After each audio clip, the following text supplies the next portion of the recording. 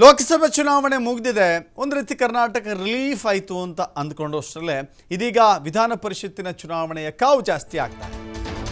June 3ಕ್ಕೆ ವಿಧಾನ ಪರಿಷತ್ತಿನ ಖಾಲಿ ಇರುವಂಥ 6 ಸ್ಥಾನಗಳಿಗೆ ಚುನಾವಣೆ ನಡೆಯುತ್ತೆ. ಪದವೀಧರ ಕ್ಷೇತ್ರ ಹಾಗೂ ಶಿಕ್ಷಕರ ಕ್ಷೇತ್ರ.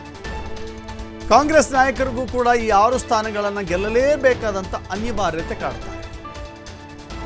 ಅದಕ್ಕೆ ಕಾರಣ ಮೇಲ್ಮನೆಯಲ್ಲಿ ಬಹುಮತ ಗಿಟ್ಟಿಸಿಕೊಳ್ಬೇಕು. ಬಹುಮತ ಮೇಲ್ಮನೆಯಲ್ಲಿ ಸಿಗದೆ ಹೋದರೆ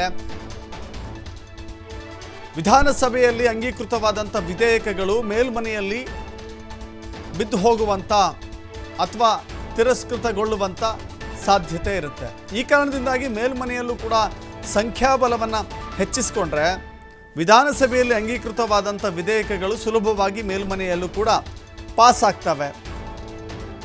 ಸೊ ಇದರಿಂದ ಸರ್ಕಾರಕ್ಕೆ ಯಾವುದೇ ರೀತಿಯ ಮುಜುಗರ ಅನುಭವಿಸುವ ಸನ್ನಿವೇಶ ಬರೋದಿಲ್ಲ. ಪ್ರಸ್ತುತ 75ರಲ್ಲಿ 29 ಬಲವನ್ನು ಹೊಂದಿದೆ ಕಾಂಗ್ರೆಸ್.